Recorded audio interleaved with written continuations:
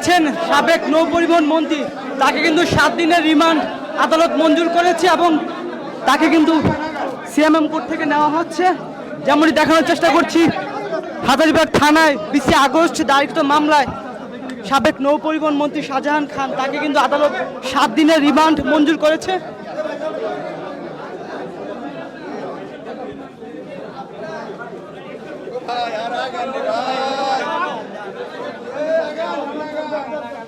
দর্শক, যেমনটি দেখানোর চেষ্টা করছি, সাবেক নৌ পরিবহন মন্ত্রী শাহজাহান খান, তাকে কিন্তু 7 দিনের রিমান্ড মঞ্জুর করেছে এবং তাকে কিন্তু নেওয়া হয়েছে।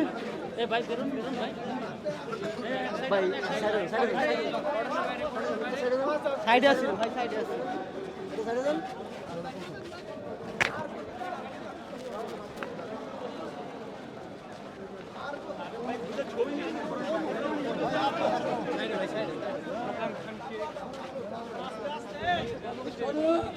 দর্শক, যেমনটি দেখছেন, সাবেক নৌ পরিবহন মন্ত্রী শাহজাহান খান, তাকে কিন্তু আদালত 7 দিনের রিমান্ড মঞ্জুর করেছে এবং যে হাজারীবাগ থানায় 20 আগস্ট দায়েরকৃত মামলায় আসামি সাবেক নৌ পরিবহন মন্ত্রী শাহজাহান খান।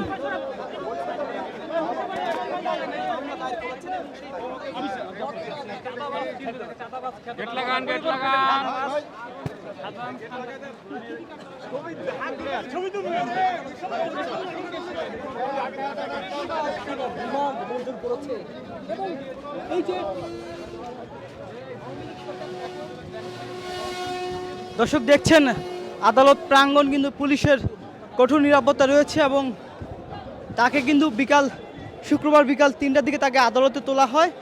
হাজারীবাগ থানায় 20 আগস্ট দায়েরকৃত মামলায় তাকে আসামি করে ধানমন্ডি জিজ্ঞাসাবাদ থেকে তাকে গ্রেপ্তার করা হয়েছে এবং আদালতে উঠানোর পরে তাকে 10 দিনের রিমান্ড চেলে তার আদালত 7 দিনের রিমান্ড মঞ্জুর করে। এখন কথা বলছেন আইনজীবীরা।